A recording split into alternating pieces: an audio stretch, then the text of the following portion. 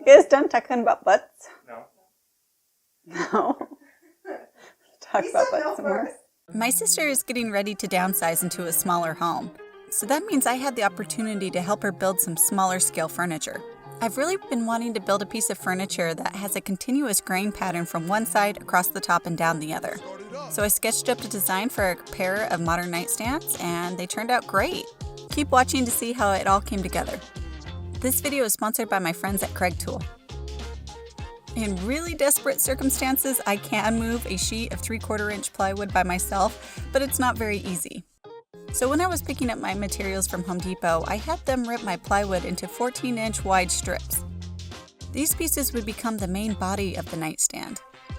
I wanted them to look a little bit more substantial and have more strength, so I decided to laminate or glue together pairs of the 14-inch wide plywood strips.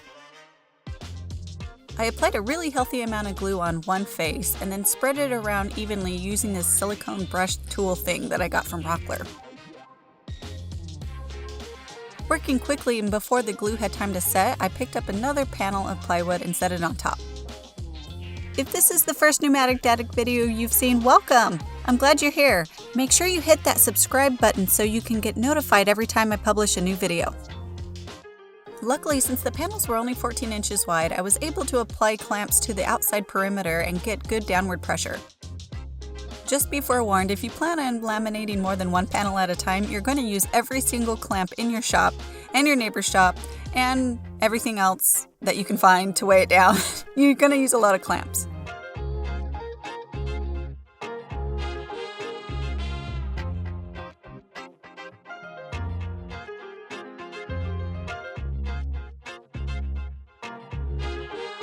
Start it up.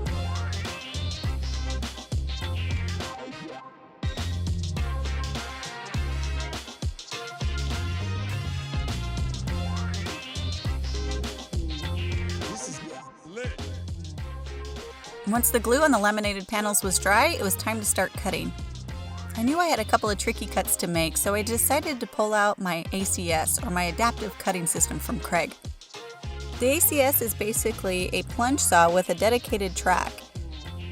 I have the master system, so it also includes a table and a bunch of cool little jigs and measuring devices. In order to make straight cuts, I needed to be able to reference off one side of the plywood panels. So that meant I needed a smooth edge, which I easily cleaned up with a chisel. I dropped a pair of those little blue things called Versa stops into the dog holes, which are the holes in the project table of the ACS. I set the plunge depth of the saw and started by making my first square cuts. Liking what you see? Hit that thumbs up button just down below.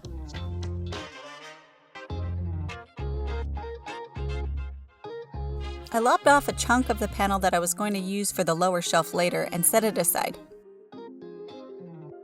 Now things got a little bit tricky. To have a continuous grain wrap around the sides and the top, I needed to cut all three pieces sequentially out of the same plywood panel. I marked out where I needed to make my mitered cuts. With the Versa stops in place on the table, I knew that I was getting a perfectly 90-degree cut on the track. I set the bevel on the blade to 45 degrees, and then I had to increase the amount that the blade would plunge to a bit over 2 inches to accommodate for the angle. I placed the edge of the track right where I had penciled my cut lines, and I made my first pass.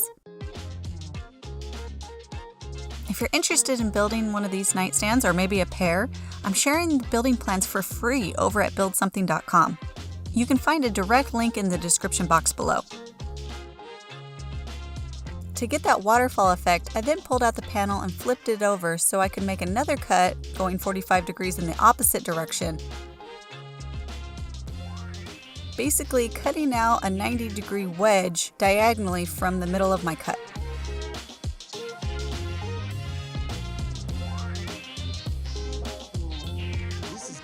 I moved the panel down and repeated the process of cutting a 45, flipping the panel, and cutting an opposing 45 degree on the same line. With my sides and top cut, it was time to trim down the lower shelf. I placed the top panel on top of my shelf material, shorter side down. This way I could reference the exact width of the inside of the nightstand frame. I transferred the length using a small DFM tool square, and then was able to take the panel back over to the ACS to make another square 90-degree cut.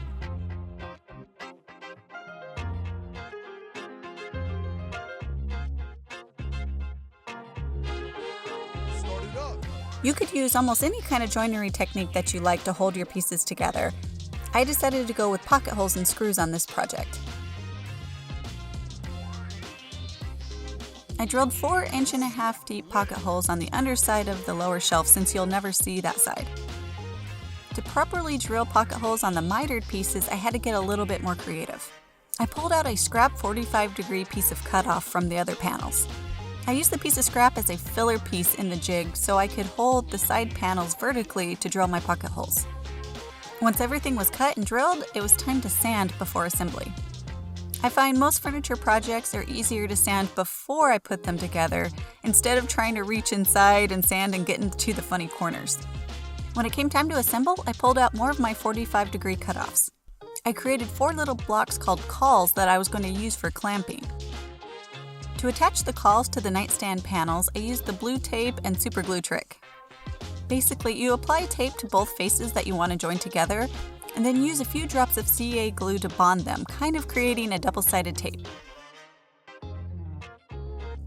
Once the cawls were in place, I added a couple of 23-gauge pins just to make sure that they weren't going to move when I put pressure on from the clamps.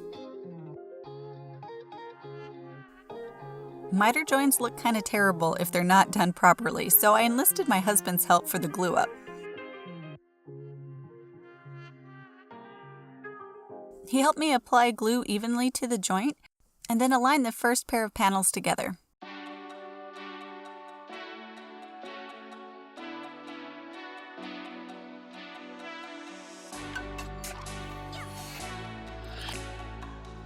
The next step was to move the shelf in place, apply glue to the next joint, and move the second side up into position. At this point, the panels were being held together with the clamps, but very loosely, so I could move everything around and get it adjusted just right.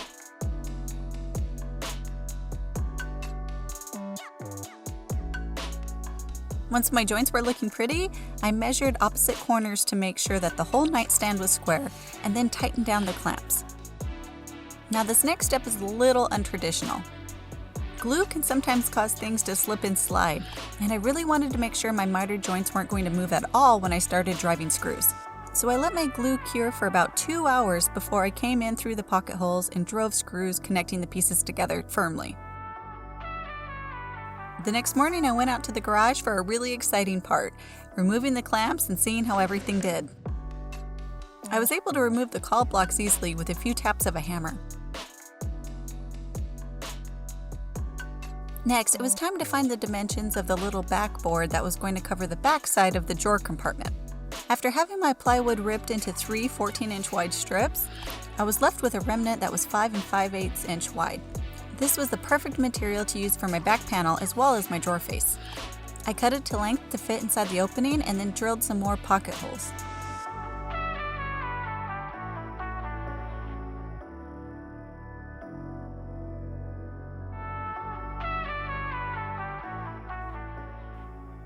I applied glue to the edges of the panel, but it was a pretty tight fit, so I had to use a couple of clamps to help persuade it into place.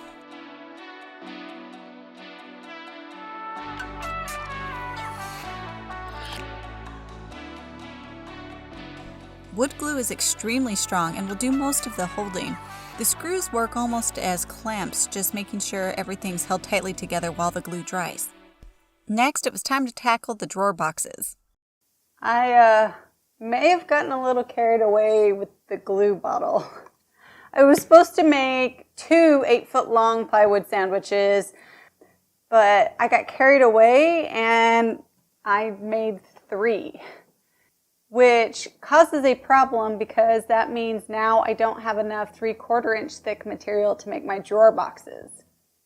Luckily, I have some scrap plywood laying around, so I'm going to go through it and see if I have enough to piece it together.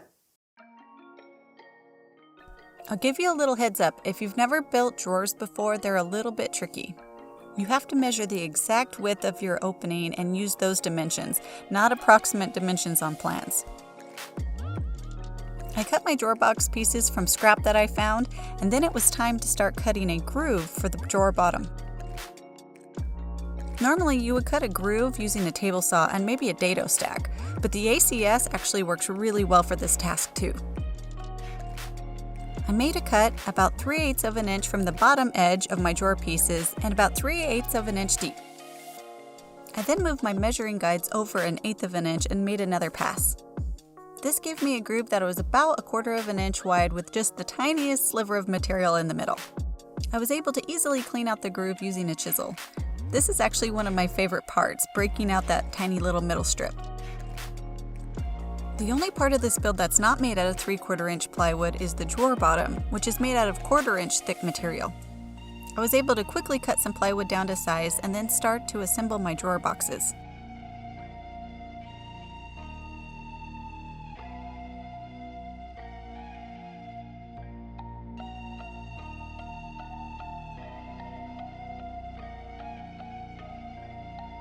I applied glue to the joints, and then I like to use a pin nailer to temporarily hold the sides and fronts together before I can pre-drill and add my screws.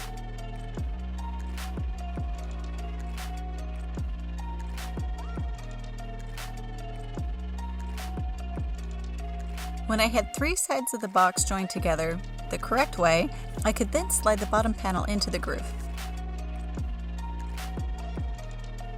So while I got you, you should totally be following me on Instagram. It's where I'm the most active, and I like to share all the behind the scenes goodies.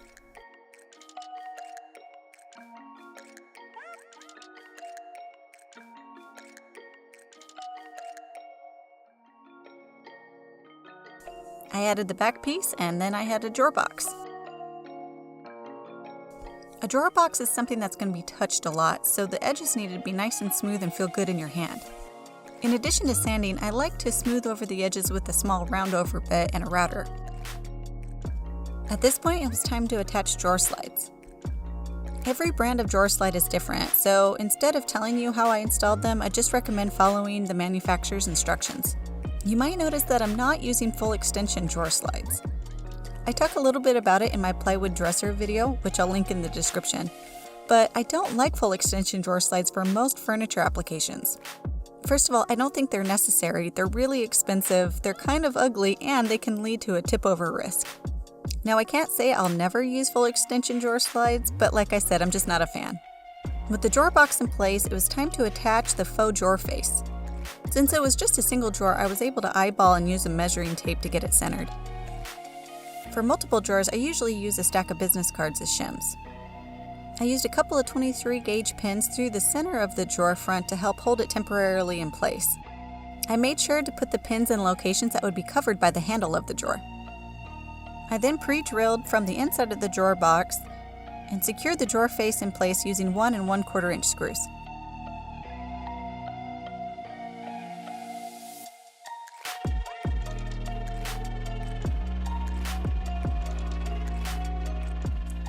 I finished up the nightstands with a final sanding of 220 grit.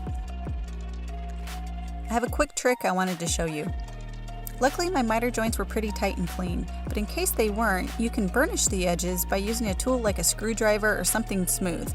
Basically, you rub it firmly across the edge and it kind of forces the fibers of the wood closer together. The next morning, it was finish day.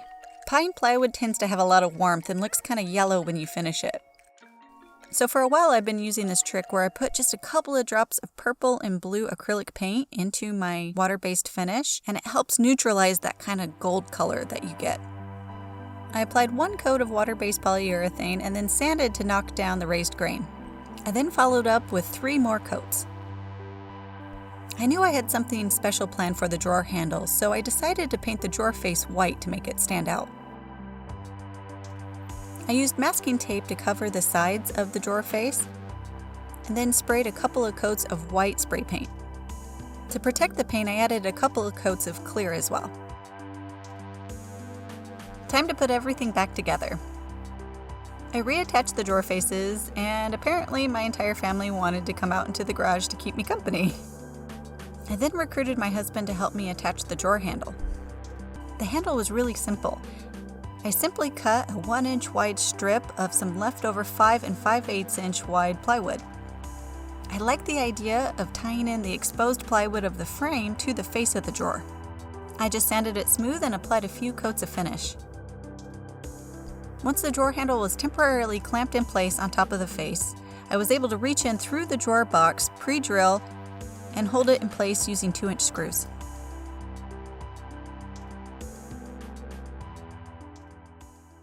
Ready to see how the nightstands look all together?